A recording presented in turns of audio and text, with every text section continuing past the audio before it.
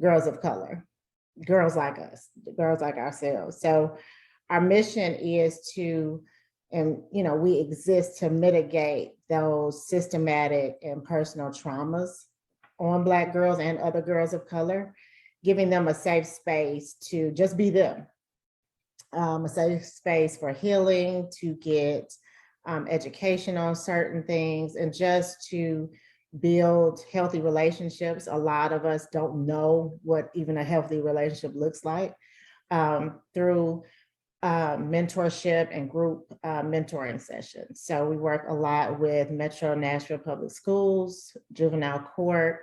And so what we do, we meet with the young ladies on a weekly basis to develop these relationships with them, to expose them to things that normally some of them wouldn't be exposed to, and just for them to see that there are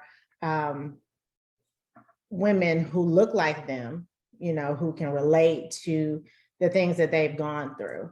And so that's pretty much what we do. We are just, trying to build up our future. That right there is dope and amazing. So salute to y'all for doing everything that y'all do in y'all community.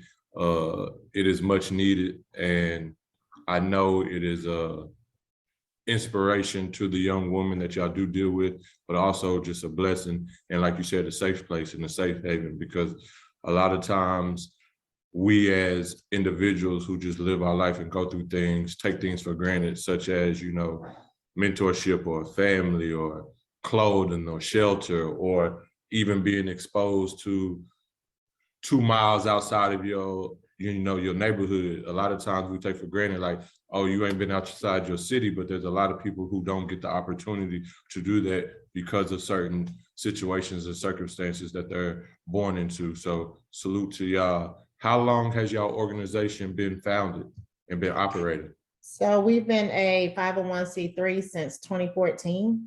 Like I said, Kara and we met years ago. And so we would just kind of discuss different things that we wanted to do ourselves, for young women, actually for our daughters, because we both had daughters.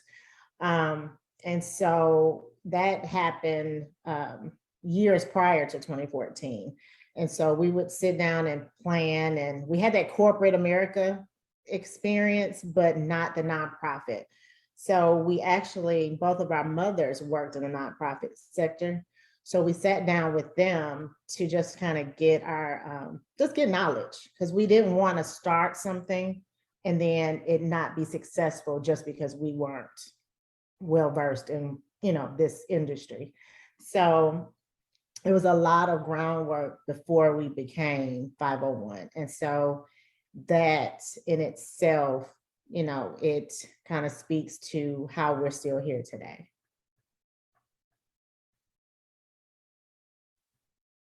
So one of my questions for you, so what is the success story that you've had? You don't have to share their names or anything like that, but what is some of the work that you've done? How impactful has it been? Do you have a story that you wouldn't mind sharing of a young lady that you could really see there was a huge turnaround by the work that you all are doing?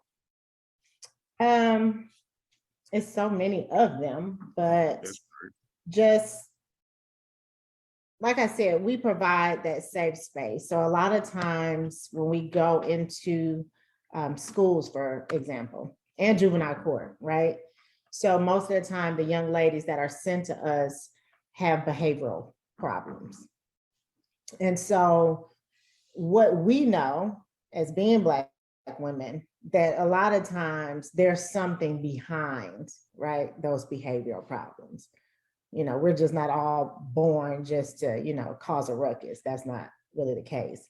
And so we have most of our students that do come to us, their reputation in schools and, like I said, the juvenile court in their community is that they're these bad loudmouth girls. Now, some of them might be a little loud.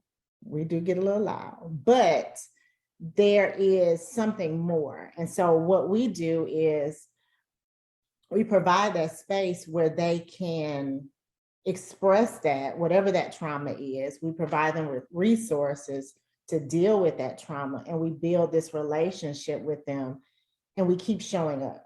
So that is one thing that the girls that we deal with, they're used to people giving up. And so while people think it's something magical that we're doing, we're really not. We just keep showing up. And so we keep showing up for them, and then they start to change and grow. And a lot of times by the end of the year, the school leadership, they can't even recognize the student because they're a completely different individual than what their image was at the beginning of the school year or prior years, just because someone took the time to understand and listen to what was behind the behavior, not just focus on the behavior. Yeah, I think that's dope. I didn't, you know, I've worked with some kids, but definitely when you're speaking with the young men, they seem to like there's a huge disconnect because people just really just don't care. They just say, okay, hey, you rowdy, you a thug, or you just like somebody else, you just push them to the side though. But like, what are the girls saying that's the biggest disconnect? A lot of our girls, they don't feel as if people care.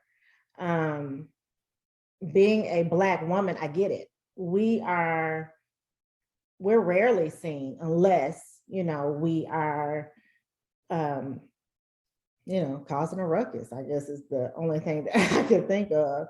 But I know that, you know, my counterparts in other races, you know, they can have an issue, and the issue is, you know, of mass importance to everyone.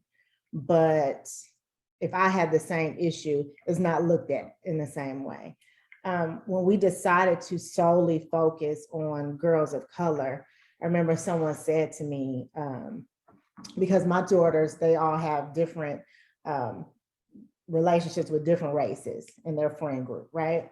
So they said, well, how can you just focus on, you know, girls of color, and, you know, your daughters have friends that are other races?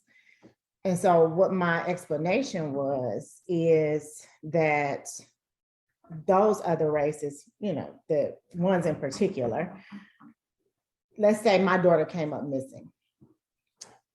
They wouldn't look for my daughter as hard as they would look for her friend. And that's just the reality of it. And so because of that, as she's walking up, because of that, we knew that we had to focus, and the importance of focusing and giving a space for our girls. Other girls, they have spaces. We don't. And that's just really the reality.